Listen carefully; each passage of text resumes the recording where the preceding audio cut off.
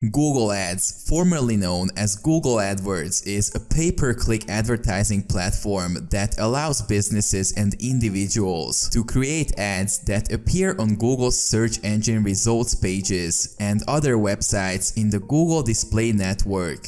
When a user types a query into Google's search engine, the search engine displays a list of results.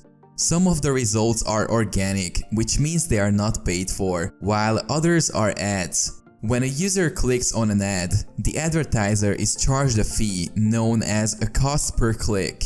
The advertiser sets a daily budget for their ads and specifies how much they are willing to pay for each click.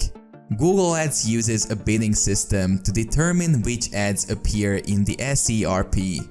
Advertisers bid on keywords, which are the words and phrases that users type into the search engine. When a user types in a query, Google Ads matches the query to the keywords that advertisers have bid on, and then displays the ads that are most relevant to the query and have the highest bid.